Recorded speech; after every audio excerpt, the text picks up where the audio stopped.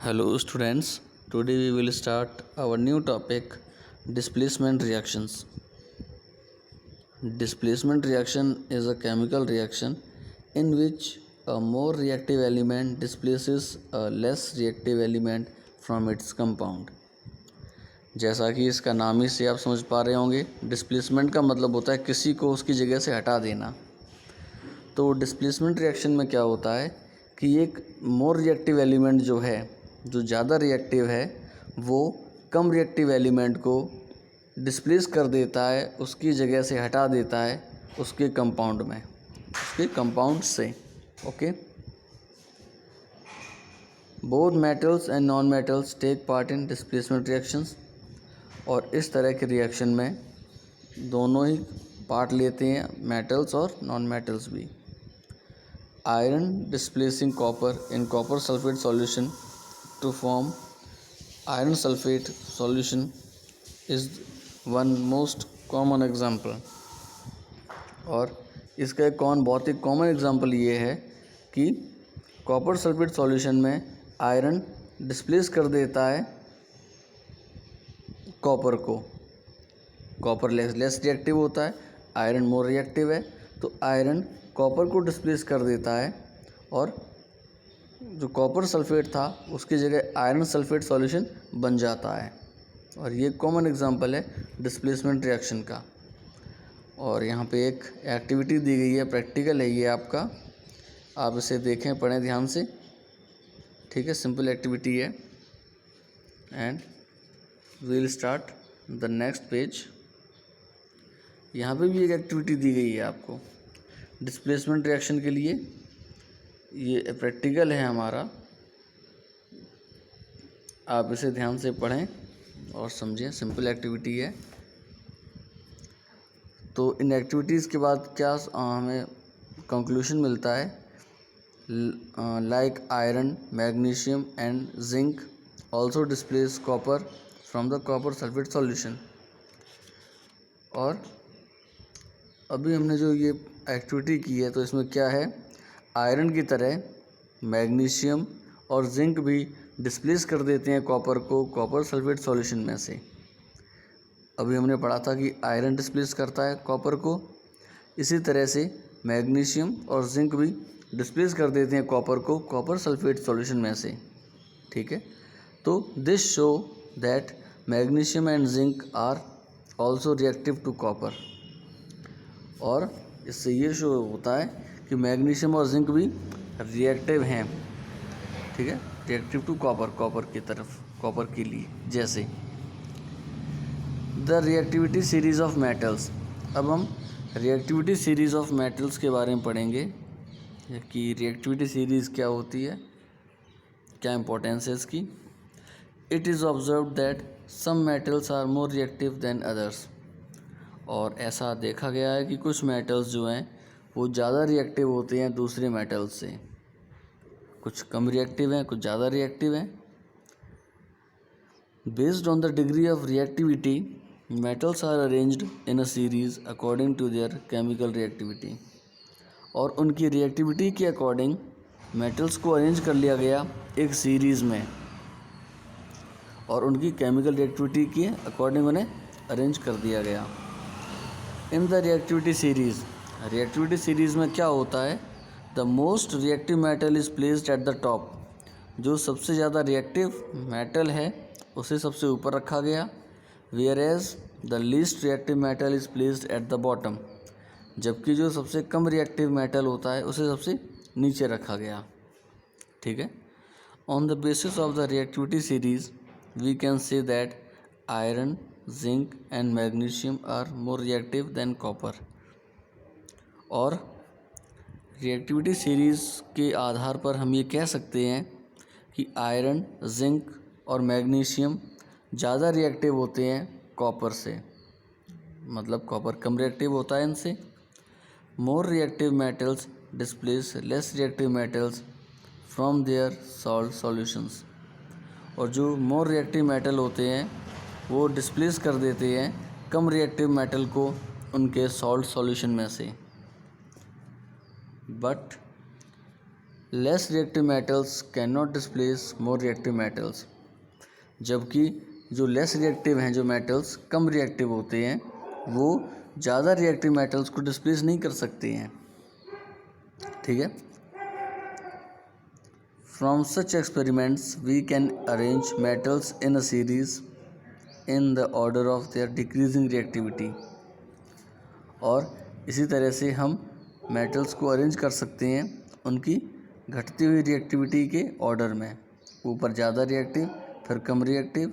जैसे हम साइड में टेबल में देख पा रहे हैं, पोटेशियम हाईली रिएक्टिव होता है, उससे कम सोडियम है, फिर कैल्शियम है, फिर magnesium, aluminium, zinc, iron, tin, lead, फिर हाइड्रोजन आता है आपका, फिर कॉपर आता है, mercury, silver and gold. Gold क्या है, सबसे कम रिएक्टिव है, किसी से इसका रिएक्शन नहीं होता है। तो ये हमारी रिएक्टिविटी सीरीज़ है मेटल्स की।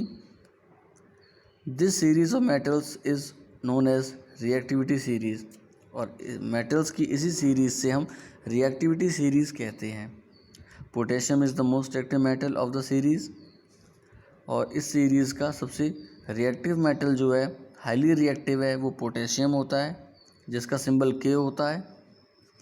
Where as gold is the least reactive, जबकि गोल्ड सबसे कम रिएक्टिव होता है। We can also conclude that the more reactive the metal is the greater is its tendency to form compounds, और हमें ये भी समझ में आता है कि जितना ज़्यादा रिएक्टिव होगा मेटल, उतनी ही ज़्यादा उसके अंदर क्षमता होती है कंपाउंड को फॉर्म करने की, वो कंपाउंड्स बनाएगा। Since copper, silver and gold are less reactive metals, और हमने भी देखा कि कॉपर, सिल्वर, गोल्ड ये क्या है, कम रिएक्टिव मेटल हैं, आसानी से रिएक्शन नहीं करते हैं ये। They usually occur in an uncombined state, तो ये हमें अनकम्बाइंड स्टेट में मिलते हैं अक्सर, ये इनका कॉम्बिनेशन नहीं होता है किसी के साथ। Gold being the least reactive, और सोना सबसे कम रिएक्टिव होता है gold, is found in free state in the earth crust, और ये हमारी पृथ्वी में फ्री स्टेट में पाया जाता है, अर्थ की क्रस्ट में। The metals at the bottom of the reactivity series are the least reactive, और जो मेटल रिएक्टिविटी सीरीज के सबसे नीचे होते हैं वो सबसे कम रिएक्टिव होते हैं।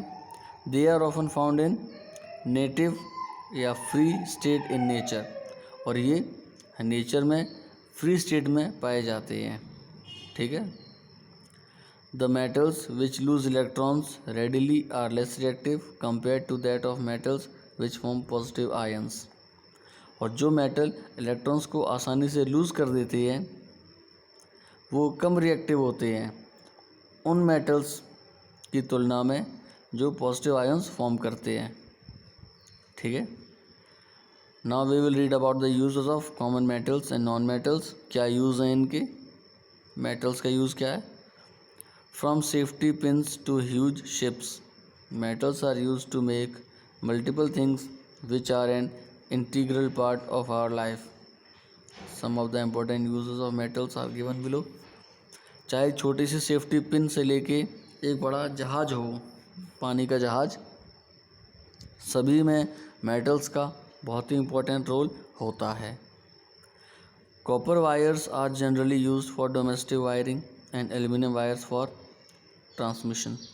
घरों में अक्सर हम जो लाइट की फिटिंग करते हैं बिजली के तारों की, इनमें कॉपर वायर का यूज़ करते हैं, और एल्युमिनियम वायर्स का ट्रांसमिशन के लिए यूज़ किया जाता है। ठीक है। Iron being tough, strong and cheap is used for making tools, machines and agricultural equipment and also in house construction.